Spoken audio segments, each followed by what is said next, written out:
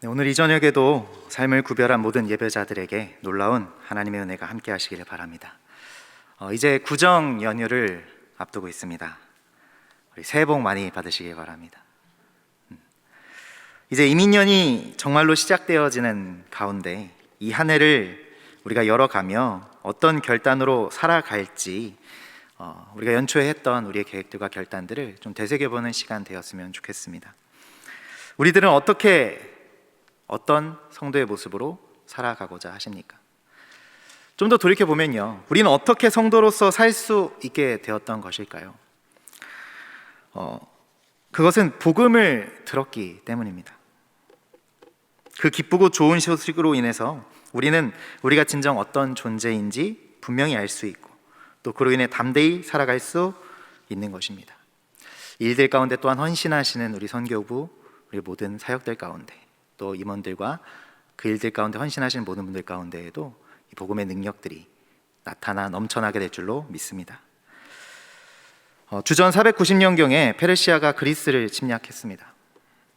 페르시아는 당시에 그 일대를 아울렀던 초강대국이었고, 그리스는 그에 비하면 약소 국가였죠. 이 아테네에서 동북으로 42.19km 떨어진 이 마라톤 평야에서 벌어진 격전 가운데 이 아테네 군사들은 목숨을 걸고 페르시아를 맞서 싸웁니다. 결국 밀티아데스라는 장군의 아주 교묘한 전술로 아테네가 승리를 할 수 있었습니다. 이 당시에 통신의 수단은 사람이 직접 가서 전해야만 하는, 전령이 직접 가서 전해야만 하는 시대였기에 아들들과 남편을 전쟁터에 내보냈던 이 아테네의 가족들에게 전쟁의 소식을 빨리 알릴 수 있는 길이 없었습니다. 만일 전쟁에 지면 그대로 노예로 전락할 수밖에 없는 처지였기에 그 승리의 소식이 무척이나 고대되어지고 기다려지는 상황이었죠. 파이디피데즈라는 병사가요, 아테네의 승리 소식을 간절히 기다리고 있는 시민들을 향하여서 그것을 한시라도 빨리 알리고자 그 42.19km를 단숨에 달려 승리는 우리의 것이라고 전하고 그대로 탈진하여 죽고 말죠. 그의 그 희생적인 공헌을 기리기 위해서 이 마라톤이라는 경기가 생기기도 했습니다. 노예가 될 뻔했던 바로 그 순간에, 노예가 될 수밖에 없는 그 순간에 전해진 승리의 소식, 이 자유와 구원의 소식, 이 소식이 곧 복음이라는 것입니다. 이 아테네 시민들에게는요, 전쟁의 승리의 소식이 기쁨의 소식이었다면 하나님의 구원을 기다리던 하나님의 백성들에게는 메시아의 소식이 곧 복음이었습니다. 예수님께서 이 세상을 구원하시기 위하여 이 세상에 오셨으며 동시에 복음을 전하시고 내 죄를 대신하여 십자가를 지셨다라는 그 소식 말입니다. 그 예수 그리스도 때문에 내 인생이 바뀌었고 나의 마음에 평화와 기쁨이 가득하고 모든 불의와 죄악에서 노임을 받게 되었다는 것이죠. 나는 죄인이었습니다. 그러나 그리스도의 구속하신 은혜로 구원을 얻게 된 것이죠. 나는 환자와 같았지만 그러나 예수 그리스도의 능력이 나를 고쳐주신 것입니다. 나는 마치 미성숙한 어린아이 같았지만 예수 그리스도를 만남으로 주님이 원하시는 성숙한 인격으로 달라지게 됩니다. 나에게 진정한 생명이 원래는 없었지만 이제는 그리스도 안에서 새 생명을 얻게 된 것입니다. 자유도 없었지만 그러나 우리 예수님께서 나를 그 모든 것에서부터 자유하게 해 주셨다는 겁니다. 바로 이것이 복음, 기쁜 소식인 것이죠. 어떤 사람이 많은 빚을 졌다고 했을 때요, 누군가 와서 진심으로 위로를 해줍니다. 정말 고생이 많으시군요, 너무 힘드시겠어요 라고 정말 진심으로 따뜻한 위로를 전합니다. 물론 이것이 그 상황 가운데 그 마음을 잠시 위로할 수 있지만 근본적인 해결책은 아닙니다. 근본적인 해결은요, 그 빚진 돈을 다 갚아줄 때 가능합니다. 다 갚았다라는 그 증명서를 보여주면서 내가 다 빚을 갚았습니다 라고 하는 것이 문제의 해결이라는 것이죠. 이것이 바로 십자가의 복음입니다. 예수 그리스도께서 달리신 십자가는 바로 우리 죄를 다 씻어버린 증서라는 것이죠. 십자가를 지신 예수님, 부활하신 예수님, 승천하신 예수님, 그리고 다시 오실 예수님, 이것이 복음의 내용인 겁니다. 오늘 본문 로마서 1장 16절로 17절까지의 말씀을 우리 다시 한번 함께 읽어보시겠습니다. 오늘 본문 로마서 1장 16절에서 17절까지 말씀 함께 읽겠습니다. 내가 복음을 부끄러워하지 아니하노니 이 복음은 모든 믿는 자에게 구원을 주시는 하나님의 능력이 됨이라. 먼저는 유대인에게요 그리고 헬라인에게로다. 복음에는 하나님의 의가 나타나서 믿음으로 믿음에 이르게 하나니 기록된 바 오직 의인은 믿음으로 말미암아 살리라 함과 같으니라. 아멘. 사도 바울은 철저히 복음에 사로잡혀 살았습니다. 이 본문에 복음이란 단어가요 굉장히 여러 번 등장하고 있는데요, 그런데 하나의 의문은요, 이 로마서를 읽는 사람들이, 이 로마서가 주어진 사람들이 예수님을 아주 모르는 사람도 아니고요, 복음이라는 것을 처음 믿는 사람들도 아니었다라는 겁니다. 그런데도 왜 그들에게 거듭해서 다시금 복음을 전하려고 했을까? 이것이 의문으로 남게 된다는 것이죠. 오히려 8절에 보면요, 그리스도로 말미암아 너희 모든 사람을 인하여 내 하나님께 감사함은 너희 믿음이 온 세상에 전파됨이로다 라고 할 정도로 그들의 믿음은요 소문난 믿음이었다는 겁니다. 그런데도 사도 바울은 로마에 꼭 가고 싶어 했고, 15절에 보면 나는 할 수 있는 대로 로마에 있는 너희에게도 복음 전파하기를 원하노라 말했습니다. 복음을 다시 들어야 하는 이유가 있기 때문에 이미 복음 알고 있는 그들에게도 이 복음을 다시금 전파하고자 했다라는 것이죠. 오늘 말씀과 함께 다시 복음으로의 삶을 세워가는 저 여러분 되어지길 간절히 바랍니다. 첫 번째로 20년의 역사를 지녔던 로마 교회는요 재복음화가 필요한 상황이었습니다. 첫 믿음의 순수한 열정을 회복해서요 벌써 굳어버렸던 그 형식화된 믿음을 바꿀 필요가 있었다라는 겁니다. 로마서 13장 13절로 14절에 보면요 이렇게 기록합니다. 낮에와 같이 단정히 행하고 방탕과 술 취하지 말고 음란과 호색하지 말며 쟁투와 시기하지 말고 오직 주 예수 그리스도로 옷 입고 정욕을 위하여 육신의 일을 도모하지 말라 라고 당시에 그 상황에 대해서 설명하고 있습니다. 구약 성경에서도요 하나님의 은혜로 풍성한 삶을 누리게 되었던 이스라엘, 그들은요 곧 하나님의 은혜를 잊어버리고 다시금 자신을 의지하거나 우상을 숭배하게 되므로 하나님의 큰 진노를 사게 됩니다. 그래서 성경은요 그 백성들에게 경고하죠. 신명기 8장에 이렇게 말합니다. 내가 먹어서 배부르고 아름다운 집을 짓고 거주하게 되며 또 내 소와 양이 번성하며 내 은금이 증식되며 내 소유가 다 풍부하게 될 때에 내 마음이 교만하여 내 하나님 여호와를 잊어버릴까 염려하노라. 이어서 권면합니다. 내가 마음에 이르기를 내 능력과 내 손의 힘으로 내가 이 재물을 얻었다 말할 것이라. 내 하나님 여호와를 기억하라. 그가 내게 재물 얻을 능력을 주셨음이라. 이 하나님의 은총의 복음을 놓치지 말라라고 강력히 권면하며 권고하십니다. 구약 성서에는 이 복음의 원초적인 경험을 이 출애굽 사건으로 고백합니다. 그래서 그 백성은 항상 이 애굽 땅 종되었던 집에서 우리를 건져내시고 또 광야의 불뱀을 물리치게 하시고 반석에서 물을 내시고 또 만나와 메추라기를 주신 하나님을 고백하며 다시금 거기서 모든 것을 늘 새롭게 시작했습니다. 하나님의 은혜를요 원색적으로 경험하다가 큰 복을 받고 이제 좀 살만해졌다 싶으면 이 복음의 감격이 사라지곤 합니다. 전통의 무게도 점잖은 것도 다 좋은데 역동적인 신앙의 힘이 부족해지기에 우리는 복음을 다시 들어야만 하는 것이죠. 예수님의 피는요 그때 그 당시 십자가에서 이미 말라버리고 끝난 것이 아니라는 겁니다. 지금도 나를 위한 그리스도의 보혈의 피가 흐르고 있음을 우리는 기억해야 한다는 것이죠. 우리를 구원하기 위해 죽으신 그 예수님의 심장이요 지금도 우리를 위해 뜨겁게 뛰고 역사하고 있습니다. 생각해보면요 이 복음과 예수 그리스도로 대해서 다시 들어야 하고요 이를 필요로 하는 사람들은요 교회 밖에도 정말 많이 있지만 교회 안에도 참 많다라는 것을 생각하게 됩니다. 십자가 앞에서 다시 깨어져야 하고 하나님의 사랑 안에서 그 교만한 마음이 다시 녹아져야 하고 예수 그리스도 이름으로 은혜 받고 다시금 새로워져야 할 사람들이 교회 밖에도 많지만 교회 안에도 여전히 많이 있다는 것입니다.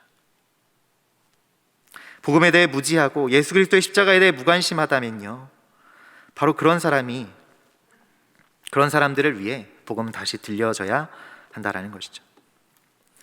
우리의 복음의 이 원초적인 경험은 죽을 수밖에 없는 죄인인데 살려주셨다라는 사실입니다. 이 복음이 우리 안에 다시금 되새겨질 수 있기를 바랍니다.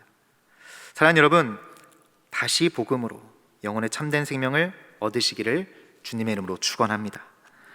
교회를 다녀도요, 영혼에 대해 무관심하다면, 하나님의 그 사람에 대해, 그 사랑에 대해 감동이 없다면 우리는 다시금 이 복음을 찾아가야 합니다. 매일 새롭게 복음을 만나는 저와 여러분 될 수 있기를 바랍니다. 복음에 대한 그 민감함을 회복하시길 바랍니다. 내가 다시 들어야 하는 것으로 우리는 그것들을 받아들일 수 있어야 한다는 것이죠. 나에게 그 복음을 다시 들려주옵소서. 함께 기도하며 간구하며 이민년 새해를 열어가시는 저 여러분 되어지길 바랍니다. 둘째로, 다시 복음으로 나아갈 때 겪게 되는 놀라운 변화가 있습니다. 한마디로 구원의 그 감격이 다시 회복되어지고요, 그것이 지속적으로 간직되어질 수 있다는 겁니다. 성서에서는 구원의 개념을 무엇으로 말을 할까요? 성서에서는 구원에 대해서 아주 다양한 이야기를 합니다.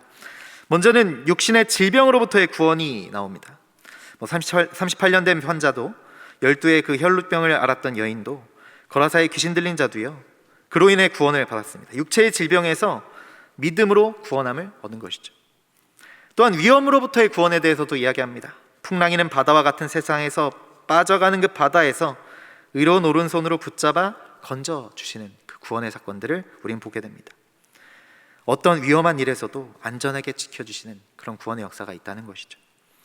또한 악한 영향과 악한 세대에서 구원하여 주시고 잃어버림에서 찾아주시는 구원의 역사에 대해 말합니다. 잃어버린 자를 찾아 구원해 주시는 것이죠. 잘못된 길로, 죽음의 길로 가고 있었다라면 거기서 되찾아 주셔서 믿음의 길로, 생명의 길로, 하나님의 길로 다시 인도해 주시는 겁니다. 죄에서 구원하여 주시고 완전한 하나님의 나라에 이르도록 해 주신다는 것이죠. 이 놀라운 복음의 능력, 성서에서는요, 이것을 이렇게 표현합니다. 이 놀라운 복음의 능력을 믿음으로 진정한 구원을 받게 된다는 겁니다. 이 주님이 허락하신 구원에 감격하여 살아갈 수 있는 우리 모두가 될 수 있기를 간절히 소원합니다. 구원의 감격이 무엇이겠습니까? 한마디로 구원을 허락하신 하나님께 대한 감사이며 구원받은 자의 기쁨을 이야기하는 겁니다. 죄가 그렇게 많던, 허물이 그렇게 많던 내가, 그런 나를 그럼에도 사랑하셔서 나 대신에 예수로 하여금 십자가에서 징벌을 받게 하시고, 그럼으로써 나에 대한 용서와 사랑을 보여주신 그 하나님께 대한 감사, 그리고 아무 공로 없으나 구원받았음에 대한 그 기쁨, 이것이 바로 구원의 감격인 것이죠. 감사와 기쁨은요, 항상 같이 공존하게 됩니다. 감사가 없으면 사실 기쁨이 없고요, 기쁨이 없으면 감격도 없게 되는 것이죠. 이 구원의 감격을 계속해서 간직하며 살아가는 저와 여러분 되길 바랍니다. 우리에겐 이 구원의 감격이 지금 있으십니까? 아니면 있었습니까? 사실 이것을 지속하기가요, 현실적으로 그렇게 만만한 것은 아닙니다. 어떤 사람은요, 은혜를 받고 나서도 서너 달이 지나면 식어버리기도 하고요, 어떤 사람은 2, 3년을 가다가 식어버리기도 합니다. 구원의 감격이 식어지지 않기 위해서는 복음을 제대로 알아야 합니다. 죄를 멀리하며 그리고 겸손히, 그리고 끊임없이 복음을 다시 들어야 한다는 것이죠. 이 복음을 듣는다는 말은요, 그리스도에 대한 메시지를 계속 듣고 계속 깨닫고 묵상하며 그대로 살아가 은혜 안에 거하는 것입니다. 예수 그리스도를 가까이 모시고 구원과 영생과 십자가와 은혜를 생각하며 예수님을 생각하며 예수님을 위해 살아가는 것인 것이죠. 그렇기에 다 안다라고 여겨지는 마음과 또 그 얘기냐 하는 이 마음들이요, 우리에겐 굉장히 위험하다라는 것이죠. 예수님과 함께 동행하는 삶으로 이 구원의 감격을 놓치지 않는 우리 모든 성도님들 되시기를 간절히 주님의 이름으로 부탁드립니다. 요한복음 15장 5절에서 6절까지 이렇게 말씀합니다. 나를 떠나서는 너희가 아무것도 할 수 없음이라. 사람이 내 안에 거하지 아니하면 가지처럼 밖에 버려져 마르나니 사람들이 그것을 모아다가 불에 던져 사르느니라. 예수님 안에 늘 거하시기를 힘써 나아가는 저와 여러분 되시길 간절히 바랍니다. 이 구원의 감격에 사로잡혀서 항상 기뻐하며 감사하며 살아가실 수 있는 우리 모든 종교 가족들 되시기를 간절히 바랍니다. 마지막으로 다시 듣는 복음, 다시 복음으로 나아가는 모든 믿는 자에게 하나님은요, 그것이 하나님의 능력임을 보여주십니다. 하나님의 능력을 힘입어 살아가기 위해 복음은요, 우리에게 다시금 들려져야 한다는 겁니다. 이 구원의 능력을 가지고 살아가는 우리 모든 성도들 되시길 바랍니다. 이 구원은요, 단순히 어떤 영적인 요소만을 이야기하는 것이 아닙니다. 구원에는 영적인 요소와 육적인 요소가 모두 다 포함되어 있습니다. 내세적인 복과요, 현세적인 복 모두가 포함되어 있습니다. 복음을 듣고 하나님의 능력을 체험하면 그 정신세계뿐만이 아니라 실제적인 육체 역시도 놀라운 변화가 일어나게 된다는 것이죠. 불안해하던 사람이 평안을 누리게 되고, 고독해하던 사람이 주님과 동행함으로 사랑을 느끼게 되고, 원한에 사무쳐 있던 불평과 불만이 가득했던 사람이 용서하는 마음을 갖게 되고, 말로 형용할 수 없는 자유와 행복을 느끼게 된다라는 겁니다. 이와 같은 복음의 능력, 이 구원의 능력을 소유하고 살아가야 한다라는 것이죠. 은과금 내게 없으나 나사렛 예수의 이름으로 일어나 걸으라. 이것이 복음의 구원의 능력입니다. 복음의 능력을 회복하여 살아가는 것이 우리가 성도로서 마땅히 살아가는 마땅한 모습이라는 것이죠. 실제로 사도 바울은 로마서를 기록한 후에 3, 4년 뒤에 비록 죄수의 신분이긴 했지만 로마에 갔습니다. 그리고 64년 초 순교 당하기까지 이 3, 4년 로마에서는 바울로 인하여서 그리스도인들이 굉장히 많이 늘어나게 되었습니다. 믿는 자가 2만 명이나 되게 되어서 네로 황제의 이름으로 상대해야 할 만큼 거대한 교회가 되었다라는 겁니다. 이는 복음을 들은 그리스도인들이 복음의 능력으로 전도했기 때문이죠. 이 복음의 능력에 사로잡혀 살아가는 성도가 되어야 합니다. 우리가 한 해를 새롭게 열어가며 이런 결단 가운데 나아갈 수 있길 바랍니다. 복음의 능력이 약해지는 것은요, 때를 따라 돕는 은혜를 얻기 위해 그 은혜의 보좌에 담대히 나아가 기도하지 않기 때문이기도 하고요, 복음의 진리를 깨닫지 못하기 때문이며 결국은 죄를 짓기 때문입니다. 그렇게 되면 복음의 감격과 능력이 약해질 수밖에 없는 것이죠. 사랑하는 성도 여러분, 이 시대는요, 더욱더 우리 기독교와 교회를 향하여서, 우리 성도들을 향하여서 그 능력을 묻습니다. 이 교회가, 우리 성도들이 나타내야 하는 능력이 과연 무엇이겠습니까? 우린 무엇을 통하여 그 능력을 보일 수 있겠습니까? 곧 복음의 능력인 것이죠. 이 시대 교회와 성도의 과제는 복음을 다시 듣고 구원의 감격을 회복하고 복음의 능력을 회복하는 것입니다. 그 능력을 믿고 그 능력을 행하며 살아가는 우리 모든 성도님 되시기를 간절히 주님으로 축원합니다. 말씀을 정리하겠습니다. 오늘 우리는요, 겸손한 마음으로 복음을 다시 들어야 합니다. 다시 복음 앞으로 나아가야 합니다. 우리의 삶이 복음 앞에서 재정돈, 재정리되어져야 한다는 것입니다. 그래서 구원의 감격과 기쁨을 그 안에 회복해 가야 하는 것이죠.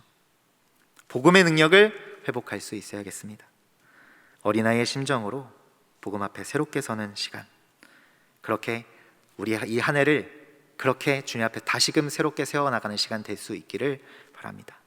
그럴 때 놀라운 변화를 허락해 주실 것입니다.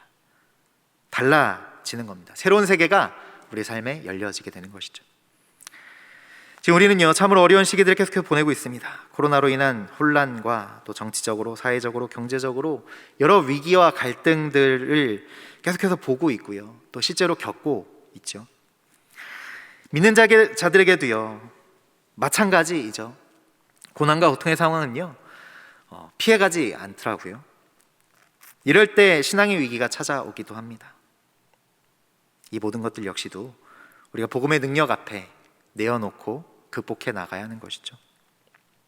다시 복음 앞에, 다시 복음으로 나아가야 합니다. 이 결단으로 담대히 이민년 한 해를 걸어가시는 저 여러분 되어지기를 간절히 소원합니다. 더불어 이 복음을 전하기 위해 힘쓰며 앞장서시는 우리 성교부의 사역 가운데 동행하시는 하나님의 은혜가 넘쳐날 줄로 믿습니다.